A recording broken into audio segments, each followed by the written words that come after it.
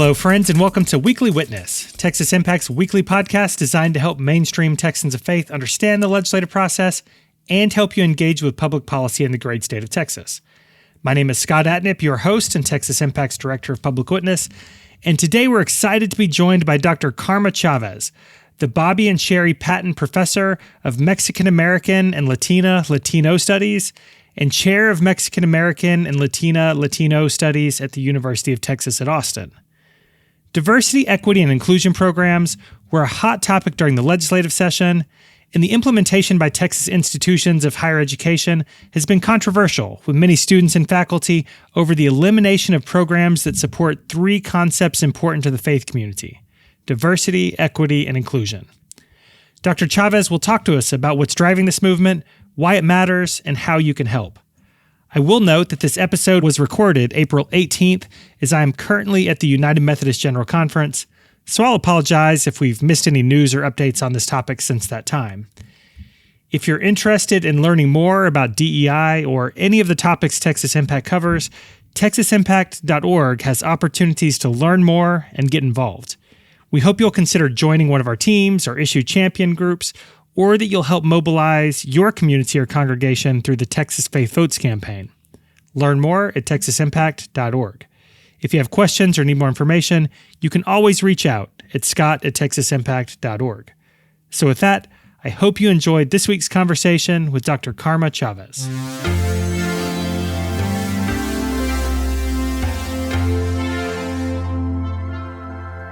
Joining us for today's conversation is Dr. Karma Chávez, Bobby and Sherri Patton Professor of Mexican American and Latino Studies and Chair of the Mexican American and Latino Studies at the University of Texas at Austin, my alma mater, Hook 'em Horns. Professor, thank you so much for joining us today. Yeah, thanks for having me. This has been a hot topic recently. We're talking about diversity, equity, and inclusion. There's been a lot of debate over these programs at Texas institutions of higher education, and has certainly been in the news over the course of the last few weeks. But before we get to the news, talk to us about DEI programs and why they are so important. Yeah, I mean, it's sort of interesting when we talk about DEI because most of us who are really invested in solving issues related to racism and sexism and homophobia and other oppressions, we would talk about DEI as like a really not quite sufficient Band-Aid on all these systemic problems. And so when all these attacks on DEI happened, we were pretty surprised because really what DEI programs are meant to do is very simple. They're designed to create some kind of very minimal infrastructure to support students as well as faculty and staff, but especially students who the university wasn't designed for.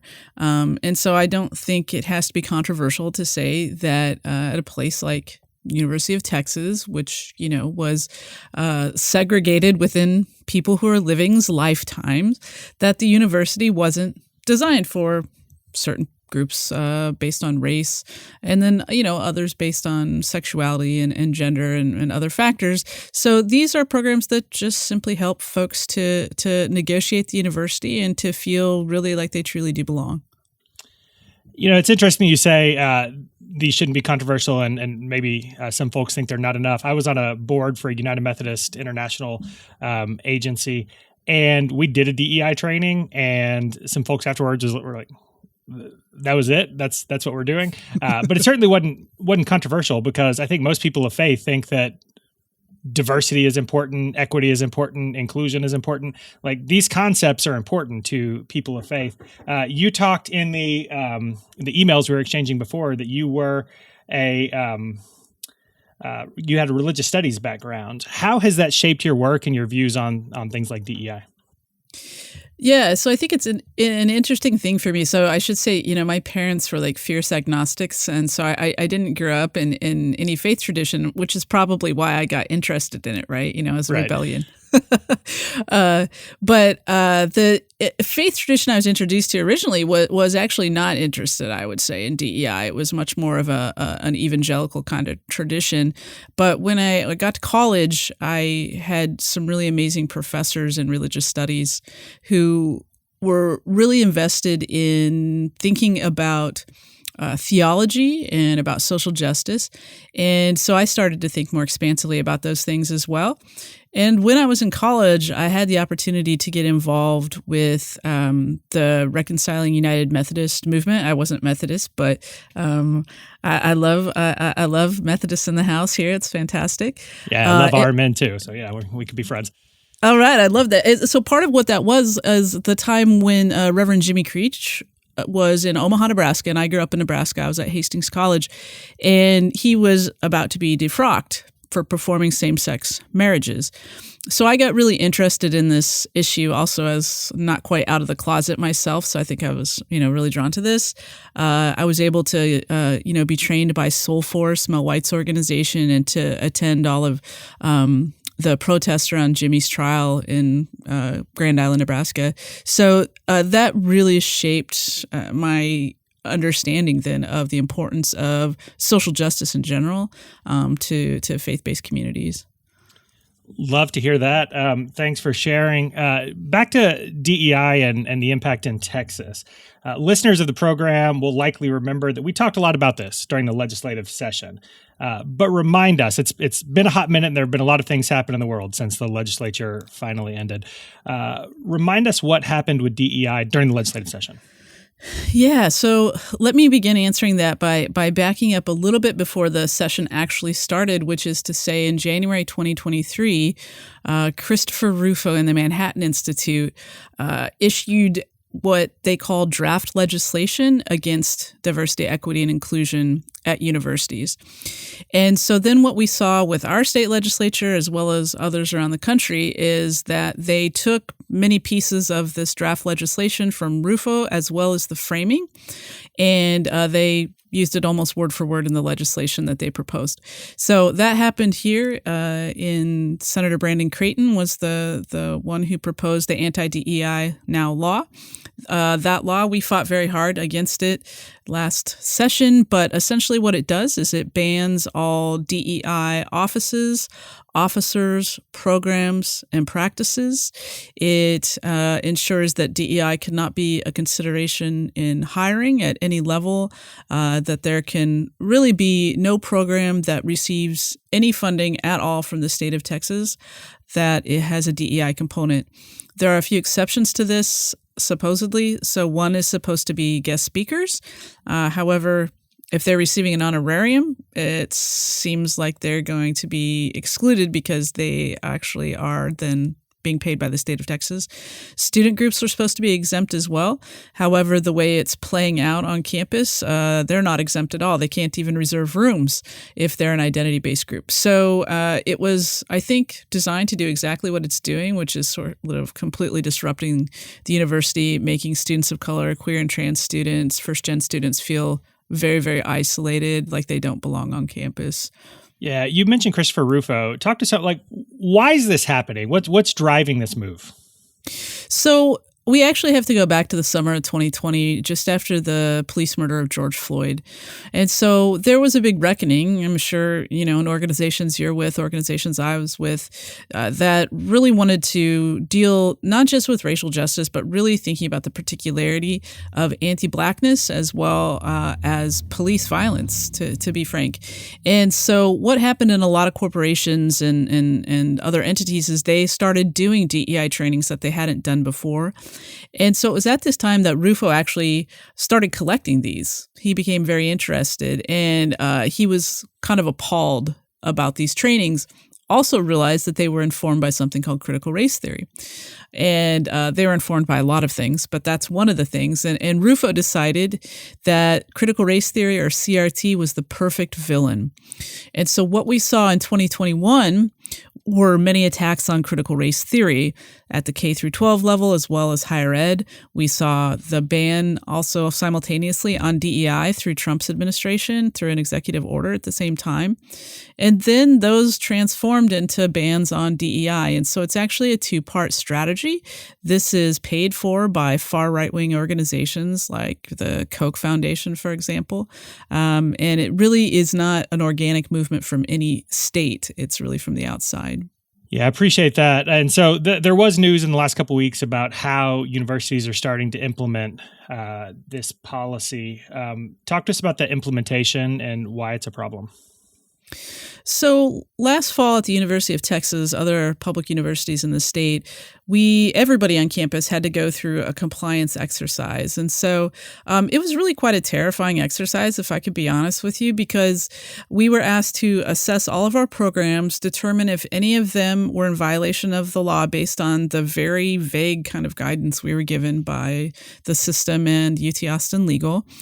And then we had to actually sign what I would describe as a loyalty oath, attesting to the fact that I was in compliance with that law.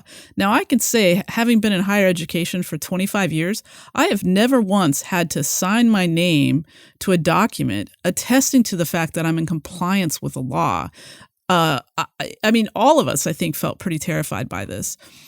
The challenge of this, though, is so you go through this whole process. Everybody thinks they're in compliance, including some of those that felt most vulnerable, like the Multicultural Engagement Center or the Gender and Sexuality Center, or the entire what was then called the Division of Diversity and Community Engagement.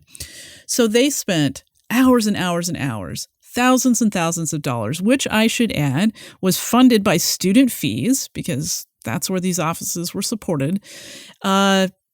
They think they're in compliance in December, and then right before the semester is over, last semester, we learned that the Multicultural Engagement Center is actually going to be closed. So students are already gone. We can't protest that.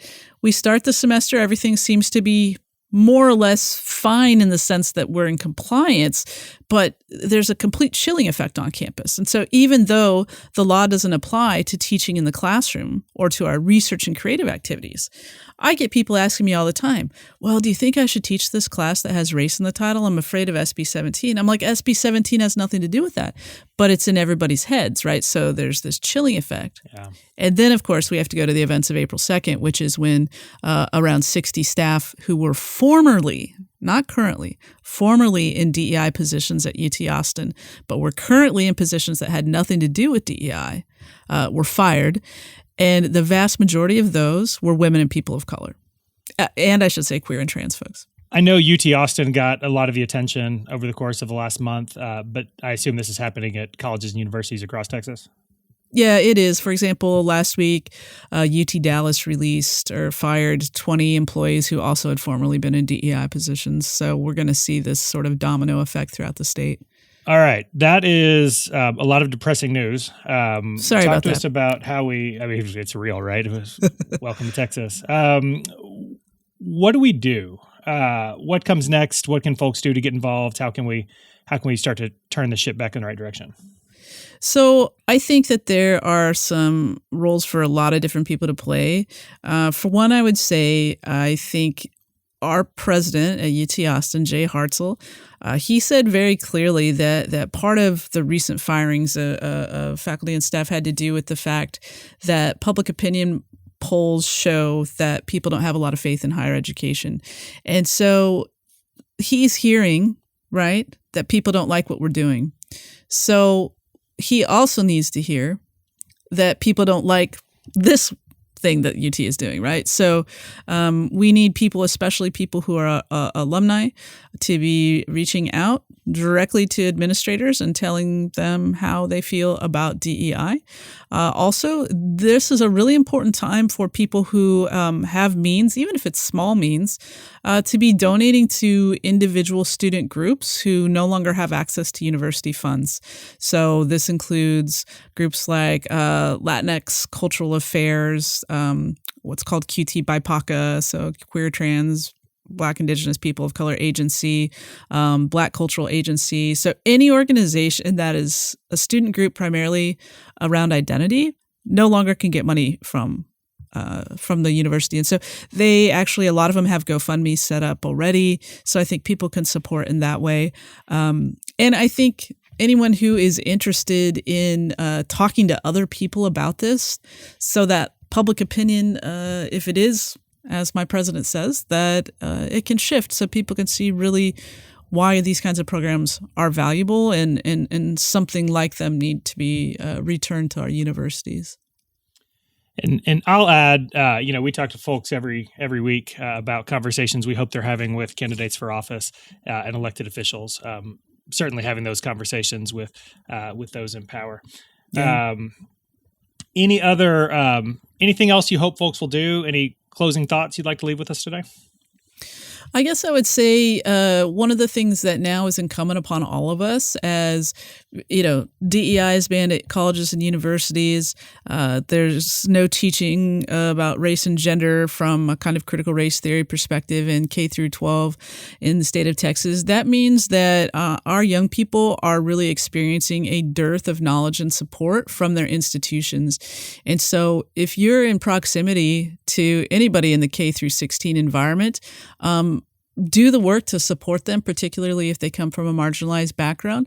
I think it's a great time to be hosting reading groups for banned books and ensuring that folks have access to this kind of information that they should have been able to get in their regular school system, but they're not able to now. Sounds like some good homework assignments from the professor for Texans of Faith and congregations throughout Texas. Y'all, we've got some definite work to do on this topic. Professor, really appreciate the time today. I always give folks a chance. Any shameless plugs you'd like to make before we close out? No, I actually don't have any shameless plugs. I'll reiterate then. Lots of really great groups on campuses throughout Texas you can support. So consider finding one at an institute of higher education that you attended or one in your local community. I know they would appreciate that support. Dr. Karma Chávez, thank you so much for the time and for your work on behalf of Texans at UT Austin and beyond. Yeah, thanks so much for having me.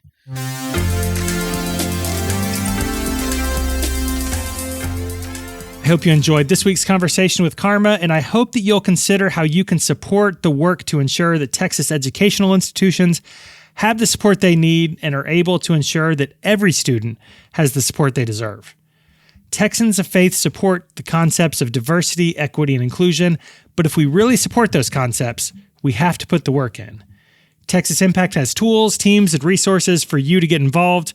And y'all, election season is coming. I hope you're joining teams and participating in the Texas Faith Votes campaign.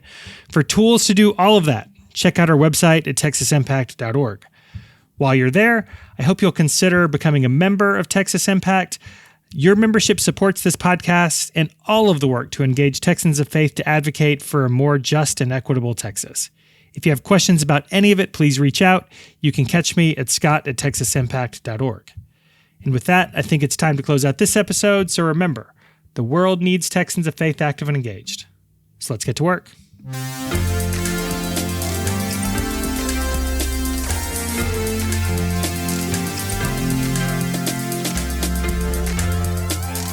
Weekly Witness is hosted by Scott Atnet, engineered and produced by David Fasalo. Our executive producer is B. Moorhead. The opinions expressed on Weekly Witness are those of Texas Impact and our guests, and do not necessarily reflect the views of our sponsors. Weekly Witness is a product of Texas Impact, people of faith working for justice. Visit us online at texasimpact.org.